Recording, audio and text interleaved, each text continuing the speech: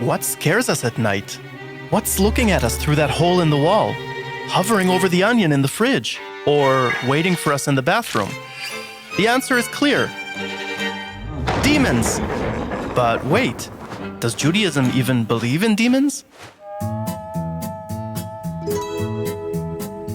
In the Jewish Bible, demons are called shedim, or seirim, meaning hairy creatures, or goats. Time and again, the children of Israel are warned not to sacrifice to these demons, since they have no... Boker Tov, Chaverim, and welcome once again to another session of Soulful Psalms. And today we are going to invoke one of my father's favorite phrases. It took me a long time to understand what it meant, but he would see something happening and he would say, from the sublime to the ridiculous. Now I understand what it means, that you make a rapid transition from something that seems profound or beautiful, and then it becomes exaggerated or overwrought or whatever.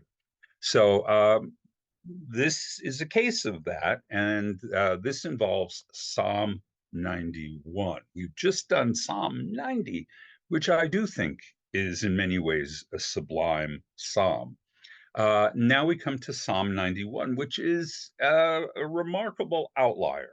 So let's talk about that. First of all, understand that the Psalms is a collection of many poems written over many centuries with a lot of different genres getting in there, right? So just for a moment, imagine that you're listening to a rock station, maybe there's some punk, maybe there's some grunge, and then suddenly a country music song pops in, and you're sort of going, where did that come from?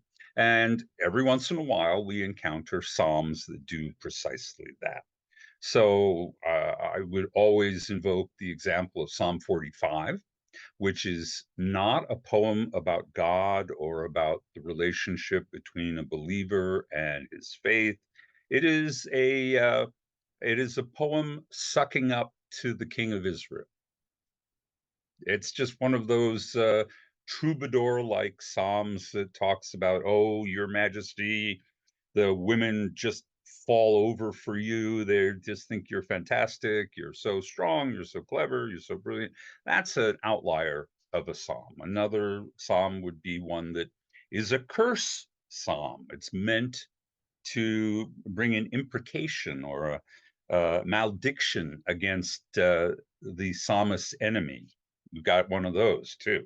And here in Psalm 91, we have another outlying psalm. This psalm has had a remarkable history, precisely because how it's been interpreted. It doesn't fit in most other genres of psalms, though there are a few, like Psalm 121, where one invokes God's protection. We know this as Sinai. I lift up my eyes to the mountains. Where will my help come from? My help comes from the maker of heaven and earth. Pretty straightforward. I wish my life were better, I feel, in your psalm. This one goes to a whole nother level. Psalm 91 is commonly known in psalm literature as the anti-demonic psalm or the amulet psalm. And that's because it seems to be, though it on one level, it reads like it's talking about all the possible natural threats out there. It has generally been interpreted in Jewish tradition as being directed against supernatural threats. And in fact, the earliest appearance of it is in the Dead Sea Scrolls, where it is part of a collection of 4 psalms, all of which seem to be atropaic. That means offering protection. It's an amulet psalm. It's something you recite when you feel like you're under spiritual attack. So we're going to spend just a few minutes looking at it. As a folklorist, I love this psalm. The reason I had you watch that little clip about Jewish ancient traditions of demons is precisely because of this psalm. gives you a sense of one of the things you can do to fend off those creatures that are described in the Talmud that may menace your well-being. So let's take a look at this psalm. So 91, no superscription, though apparently in the Septuagint, it does have a superscription. It's credited to David. Another one of those variations in the manuscripts that appear that remind us that these documents are not perfectly preserved. All right. O you who dwell in the shelter of the Most High and abide in the protection of Shaddai. Shaddai is an uncommon name for God.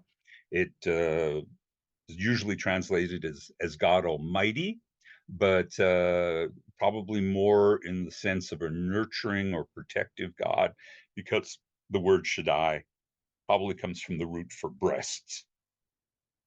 All right, there's a sort of feminine motif there for God. I say of the Lord, there are multiple voices in here. We'll hear God's voice at the end.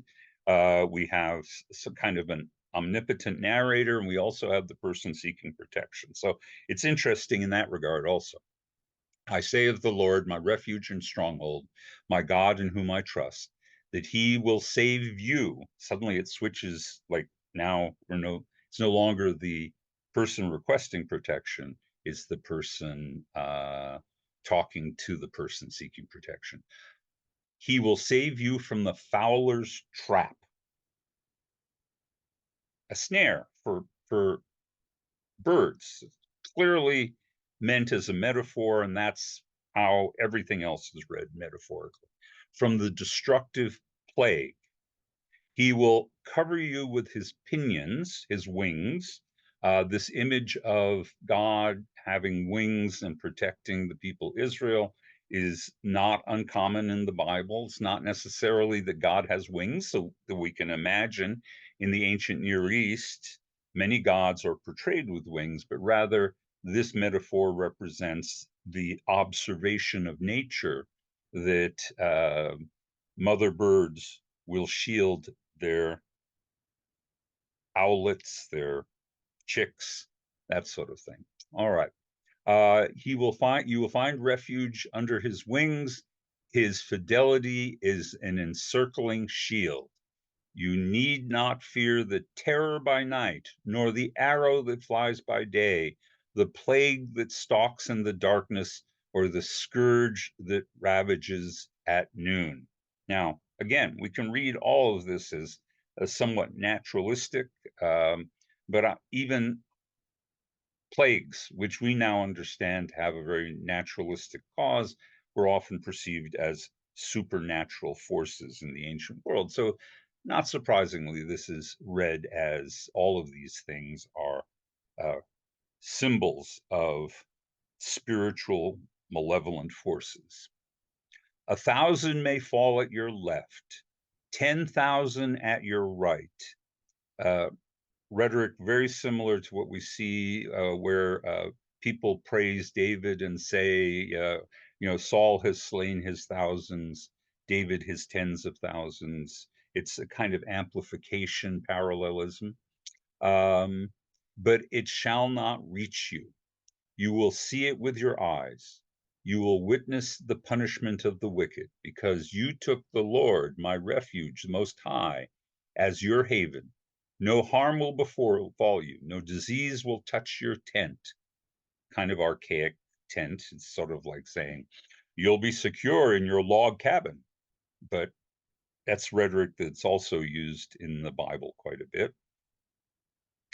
For he will order his messengers or angels. You could translate it either way. We'll take angels because we are going to read this supernaturally to guard you wherever you go.